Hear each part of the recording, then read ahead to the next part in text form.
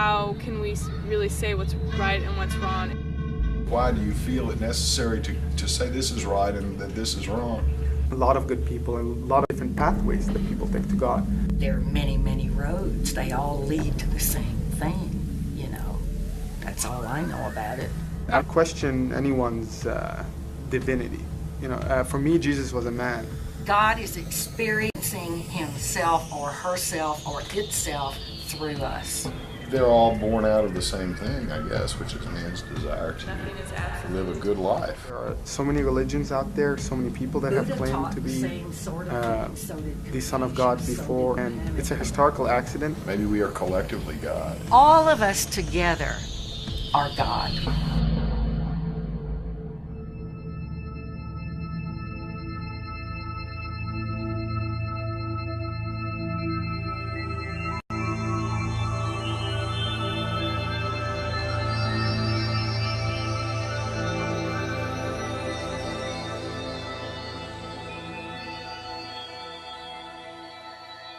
This ministry hopes to probe the depths of the issues that confront us, but becoming deep ought not to mean becoming difficult. I would say we are about probing the marvelous wonder of who God is. We are about understanding the reality of emotions without emotionalism taking over. We respect the intellect without intellectualizing everything. The uniqueness that RZIM brings to the Christian community is the passion for apologetics. I think the ability to reach the thinking skeptic. Wherever I go as a representative of this team, I find a very high expectation of excellence and content that we might present to them. So there's both the welcome and the pressure of being on RZIM. We are preaching in a different way. I call it the unchanging gospel in a changing world.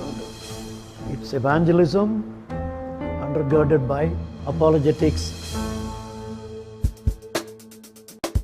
When RZIM first began, even though I envisioned this ministry meeting a particular need, I never envisioned it sort of branching out and growing in such large proportion.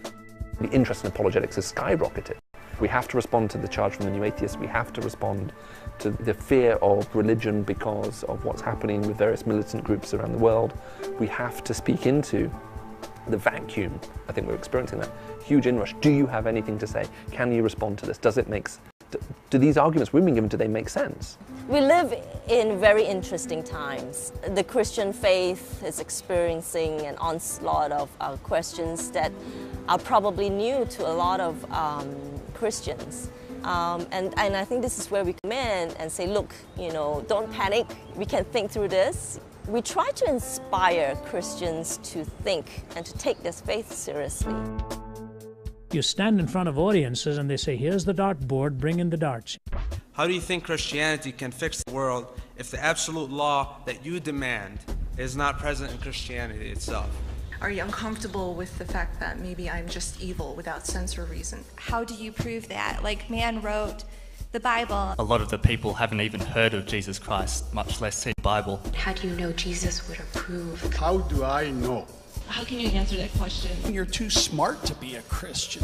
You know, I appreciate what you're saying, and I think there's a lot of truth in what you're saying, but you're forgetting an awful lot too. Ultimately, you and I are not Christians by the denomination or the abomination we belong to. We are Christians by becoming followers of Jesus Christ.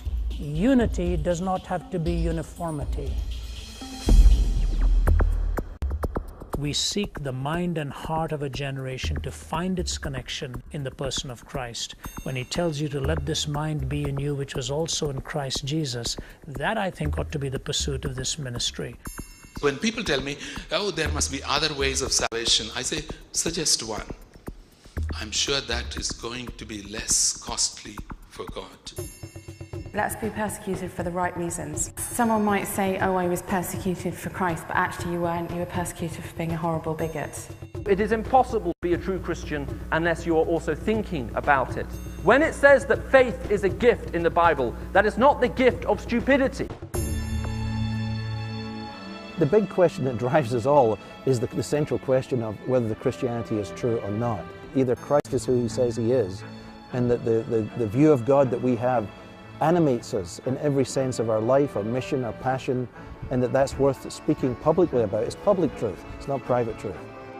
Evangelism undergirded by apologetics, followed up by spiritual disciplines. That has never changed. Those were the bottom lines of this ministry for the reason we came into being and the reason we continue to exist.